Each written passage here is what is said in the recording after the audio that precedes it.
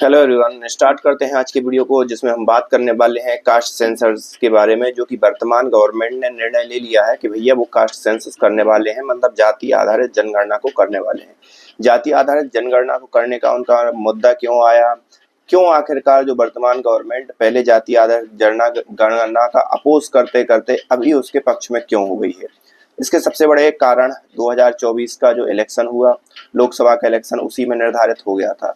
उसका कारण ये भी है क्योंकि जब बिहार के अंदर कुछ समय के लिए जब लालू प्रसाद यादव के कोalition के साथ सरकार बनी थी, उस सरकार में इन्होंने वहां पर जाति आधारित जनगणना कराने का काम किया। उस समय नीतीश जी भी, जो वर्तमान में एनडीए के संगठक हैं या एनडीए के साथ हैं, उन्होंने भी इस जाति आधारित जनगणना का समर्थन किया था और बिहार के अंदर जाति आधारित जनगणना करवा दी थी। और अभी अगले साल बिहार में होने वाले हैं चुनाव।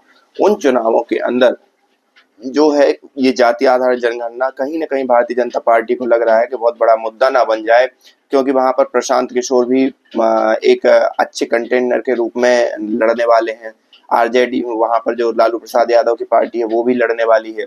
साथ ही साथ नीतीश कुमार और भारतीय जनता पार्टी भी साथ में लड़ेंगे वहां के अंदर। तो वहां जो समीकरण है वो बहुत, आज ही वो गरीब वहां समीकरण बनेगा। हो सकता है, मतलब लग तो यही रहा है कि एनडीए की सरकार बनेगी, फिर भी जो प्रशांत किशोर जी हैं उनका भी थोड़ा सा वर्चस्व वहां पर देखने को मिल रहा है।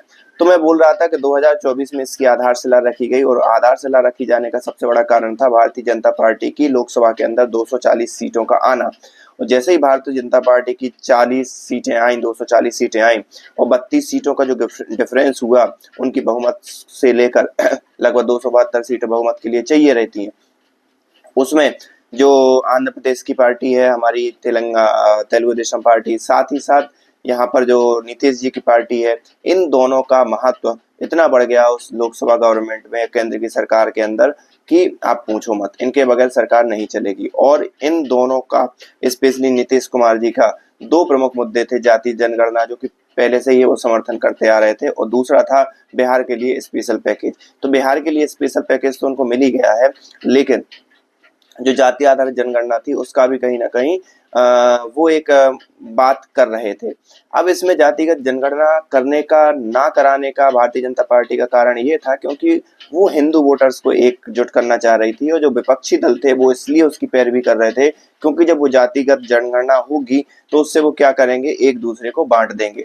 मतलब कि एसटी को बांट देंगे, वहाँ एसटी की अगर ज्यादा जनसंख्या है तो वहां पर एसटी कैंडिडेट खड़ा कर दिया, और जहां पर मुस्लिम, मतलब जो जहां पर ओबीसी की ज्यादा है वहां पर ओबीसी का कैंडिडेट खड़ा कर दिया।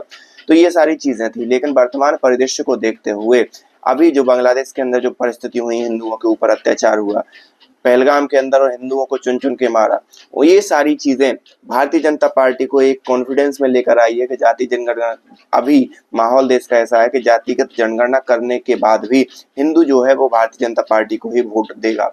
इस बारे में और इस प्रकार के कॉन्फिडेंस के कारण भारतीय जनता पार्टी ने उसको अनाउंस कर दिया है। वो किस प्रकार से डेटा बाहर निकालेगी या किस प्रकार से जनता जनगणना करेगी, ये अभी देखना बाकी है। लेकिन हाल फिलहाल में जो विपक्षी पार्टियों का एक मुद्दा था वो अभी निकलकर सामने आ गया है, और जातिगत जनगणना होने वाली है। आप इस बारे में क्या सोचते हैं? ये बीजेपी को फायदा करेगी या नुकसान करेगी?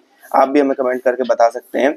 बाकी हाल फिलहाल में जब बिहार के चुनाव होंगे और उनका रिजल्ट आएगा, तभी इस चीज का मालूम पड़ेगा कि आखिरकार ये कितनी फायदेमंद है। और दूसरी चीज, भारतीय जनता पार्टी ने ये भी बात, एक माहौल को, जो टेंस माहौल था उसको भी नॉर्मलाइज करने की कोशिश की है, जिसमें जो पाकिस्तान के अंदर जो युद्ध के हालात बन रहे थे कि ये जो मतलब इंडिया जो है आक्रमण करेगा, उस चीज को, इस खबर को निकाल के उस चीज को भी नॉर्मलाइज करने की कोशिश की है। तो मिलते हैं नेक्स्ट वीडियो में, तब तक आप अपने विचार कमेंट बॉक्स में बता सकते हैं। Thank you.